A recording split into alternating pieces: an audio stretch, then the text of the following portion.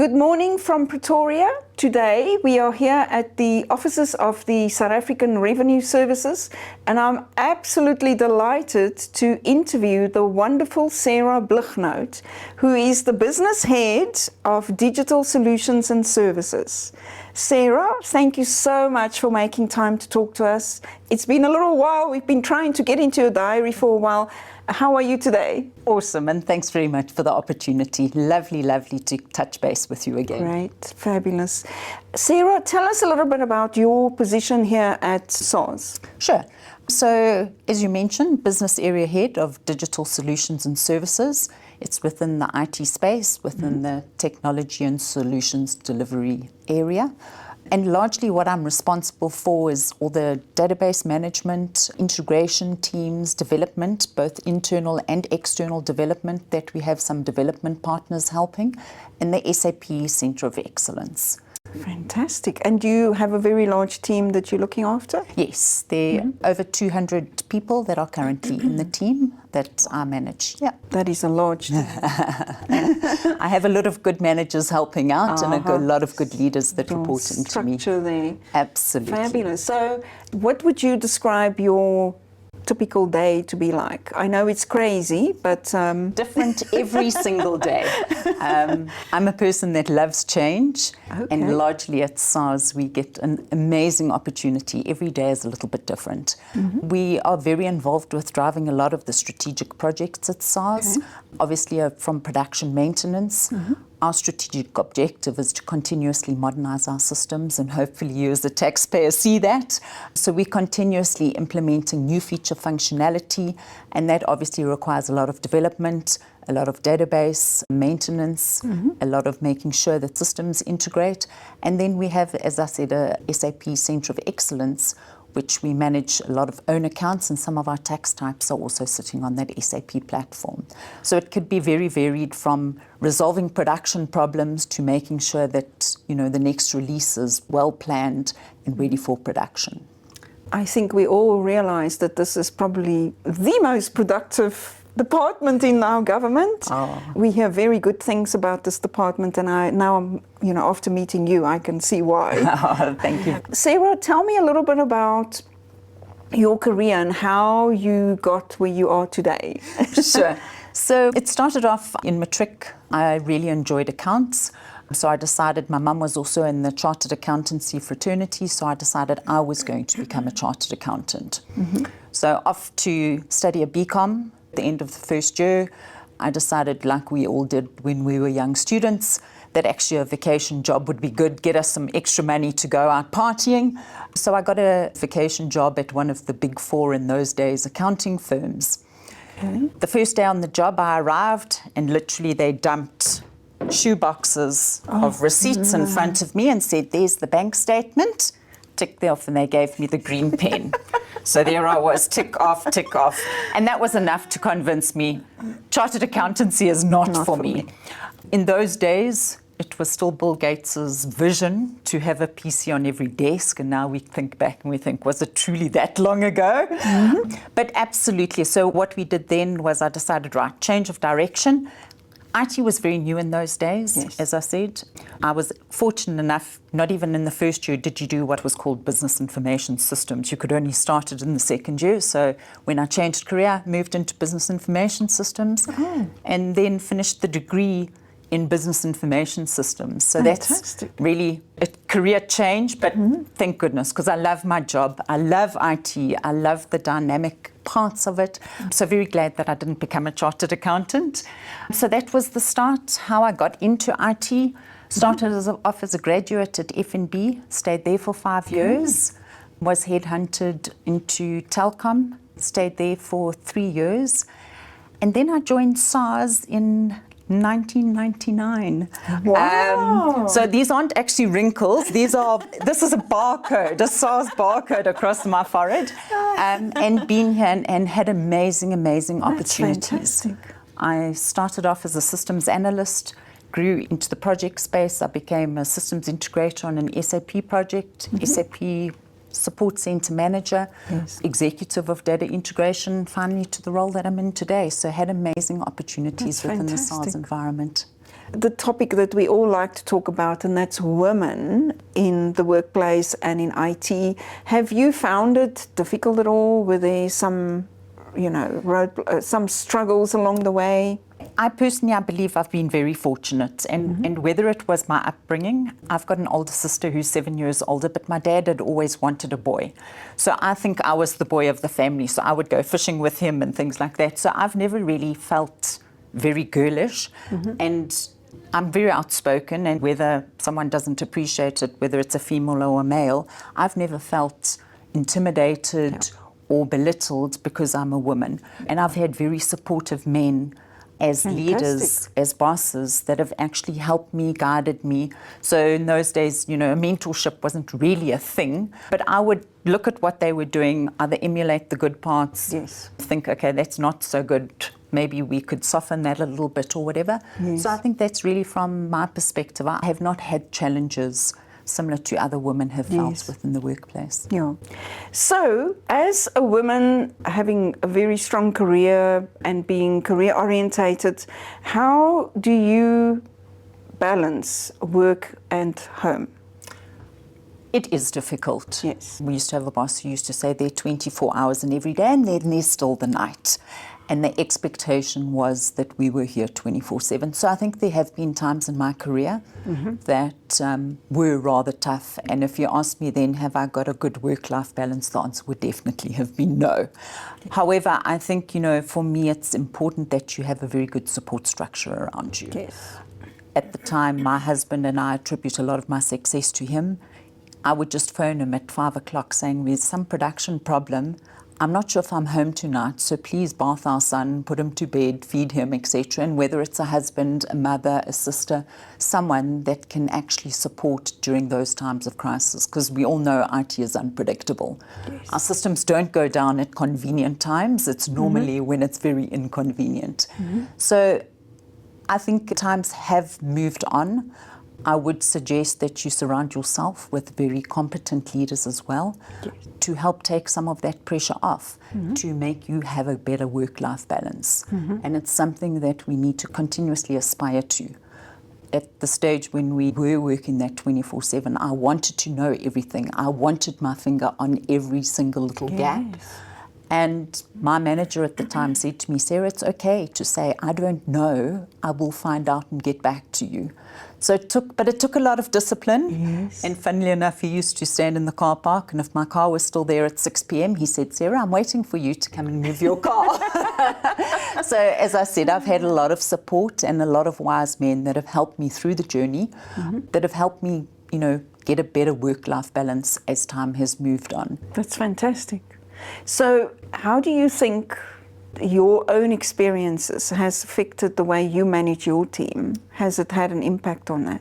I definitely think so, and certainly the management style that you have. Yes, it's different. We need to continuously make sure that there's sufficient capacity. If you are the only one, it is difficult to have a work-life balance because there is so much pressure. The will to succeed, the will to make it easier, simpler, and provide more clarity to our taxpayers is continuously at the top of our minds. So the pressure's high on us to continue to make sure that, we enable this to, provide a capable state for the betterment of all South Africans. So there's a kind of an inbuilt pressure on us.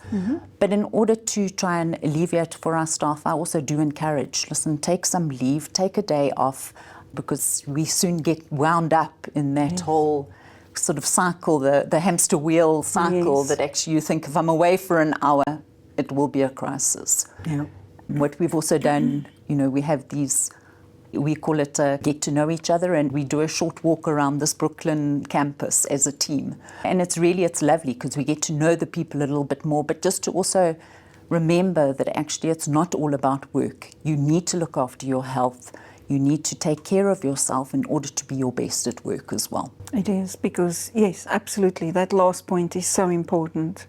So tell me a bit about skills development for your team. What do you do here at SARS? So we've got a multi-pronged approach. The one of them is obviously on the technical side, that we get a lot of our strategic partners to help us build graduate programs. Two things that helps us with. The first one is obviously we've got an aging population, as many of the South African companies do. And the second one is that new ideas come in. We challenge our graduates to continuously push us, to tell us, your thinking's too old, bring in some new ideas. Let's challenge the leadership, and we do encourage that. Nice. So from a graduate perspective, we're very supportive, and one of the teams called their graduate program an incubator hub, which is quite fun. So that's the one perspective of it. The second perspective is that we give ongoing training, obviously, on the techie side. But what we found is there's also a huge gap from a leadership perspective.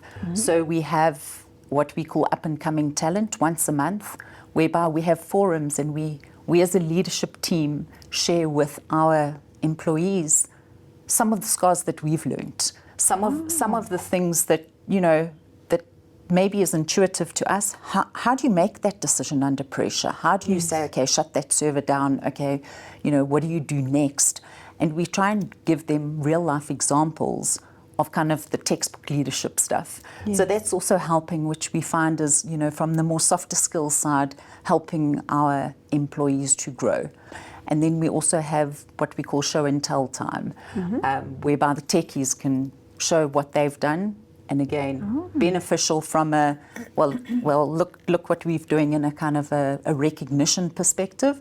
And secondly, to also share their knowledge of what they've learned through the process of those technical design sessions or implementations. Wow, that's sharing real life experiences. That's invaluable. Absolutely. When I was talking to someone earlier this week, and one of the things that I feel very passionate about, we have 1 million matriculants that graduate every year, and those people have to find jobs.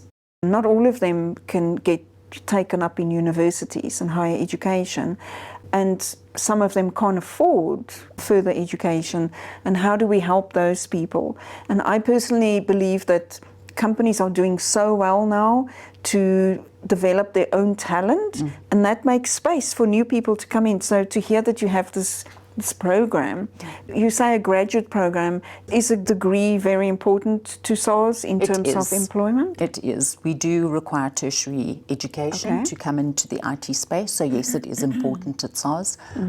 I do know that internationally, places like Google are getting less strict on that. Yeah, it's a trend now. However, currently, and my son's recently finished matric, or 4 years ago, and the question was, does he do a degree?